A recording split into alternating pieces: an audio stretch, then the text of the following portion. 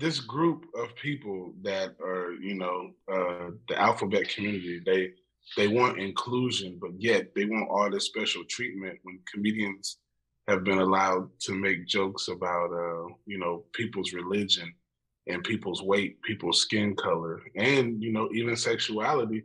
And now it's like, this is like, how many comedians have you heard do fat jokes? How many comedians have you heard do Taliban jokes? How many comedians have you heard do white people jokes or black people jokes or Mexican jokes or whatever ethnic group jokes, even Asian jokes? And why didn't those jokes incite violence?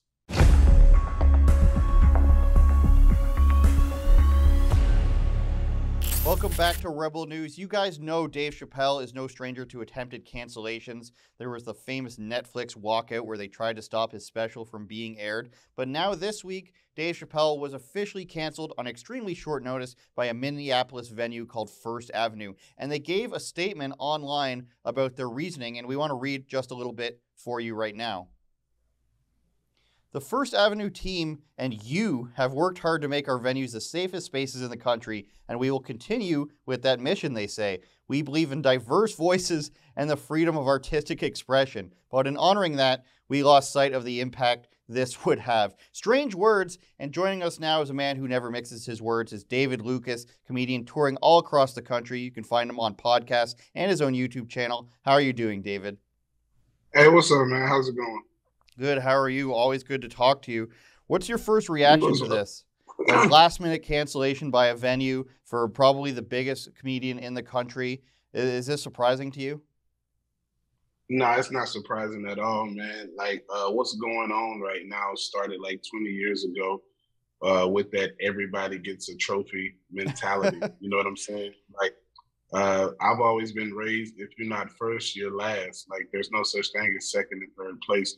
So, parents being soft on kids and things like that is the product that we're seeing now. It has definitely blossomed into these wonderful colored hair, silent majority people, or whatever they like to call themselves. They like to be so mystique. But the whole problem that I see with this is that the people that are protesting him coming to perform at First Avenue don't even go to comedy shows. Like, when you go to comedy shows, those are, the real Americans, the ones that know the difference between a joke and someone trying to, insinuate violence or cause violence or any type of ruckus. Like, no comedian ever says anything out of hatred or spite. So them saying that he's transphobic lets me know that they didn't watch the special and they don't listen to anything of his. I can't remember the lady name, but he had a trans friend who performed with him. I don't think it was any type of, virtue signaling or any type of gaslighting that he was doing. I just don't see, and I've hung around Chappelle and been around him several times. I just don't see him as a transphobic person. Now, in their statement, David, they say diverse voices, freedom of artistic expression, but also this is a safe space. How do you think that they square the fact that they're supposed to allow artistic expression, but also, keep it safe for everybody? No one's allowed to be offended. Yeah, bro. Like, here's the thing, man. If I don't like something, I don't buy tickets or I don't watch it. If I don't want to see 16 and Pregnant, I'm not going to cancel them because I think they're perpetrating young girls to go get pregnant. I'm just going to turn it off. You know what I'm like? It's so stupid, man. We're all watching 16 and Pregnant. Yeah, I don't really watch it because, young girls might think it's cool to go get knocked up and they'll get a TV show and then get an OnlyFans that'll make them $1 million a month or whatever. But I know Prince is rolling over in his grave, man, because he's the one who actually made that venue popular. And I mean, if Prince was, becoming popular in 2022, he maybe more than likely not be able to perform there. So they just, a lot of these venues got to remember what they were founded on and who made them popular. You're talking about a 5'5" man who was doing splits and backflips and high heels, and gyrating on stage with a guitar. So it's like you let rappers perform at this venue and they talk about killing and selling drugs and putting pills in girls' drinks so that they can have sex with them. So it's like, at is it's kind of it's kind of backwards to me, man. I really don't understand. Well, we were looking I'm through. just Yeah, we were looking mhm. through the First Avenue website, and something really weird on there is they have a specific code of conduct for their staff and their guests there, and some stuff jumped out to me. They had listed no intentional misgendering, no biased language, and no you're not allowed to, or you have to respect the emotional boundaries of all the other guests. Now, I'm thinking if this is a comedy club, or as you're saying, there's rappers talking about gun violence or anything, which I think all of it should be okay.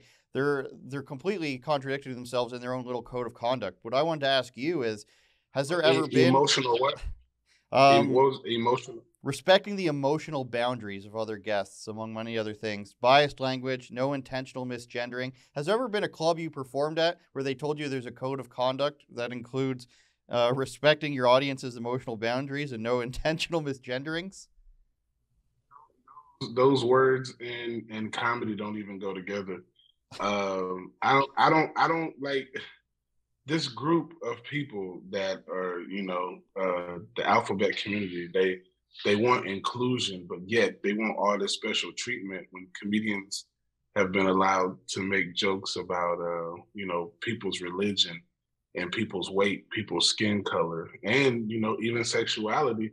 And now it's like this is like how many comedians have you heard do fat jokes? How many comedians have you heard do Taliban jokes? How many comedians have you heard do white people jokes or black people jokes or Mexican jokes or whatever ethnic group jokes, even Asian jokes? And why didn't those jokes incite violence? You know what I'm saying? So why does the alphabet community feel like they want inclusion but they don't want inclusion? If you want equal rights, it comes with equal jokes. Like, you know what I'm saying? We're going to see a fat people protest right after this interview comes out. I think. David Lucas, thanks for joining us. Chappelle's show did get moved down the street, I think 40 minutes away to another venue, so they capitulated there at First Avenue. David, tell everybody where to find you. David Lucas Funny, the website. Hold on, DavidLucasComedy.com is the website. David Lucas Funny is my Instagram. And a last tidbit, I don't know how true it is, but I heard that when people went to the show, that protesters drove by and threw eggs at them. I hope that's not people true. Some people that live in Minneapolis, they messaged me and told me that the people drove to the other venue that he was at and threw eggs and stuff at people waiting in line, which is like, it's not a good way to get people on your side. All right, David, thanks right. for joining us. We'll talk to you again soon, okay? Thanks for watching another episode of Andrew Says. To get the full version of the show with bonus segments, go to rebelnewsplus.com and sign up now.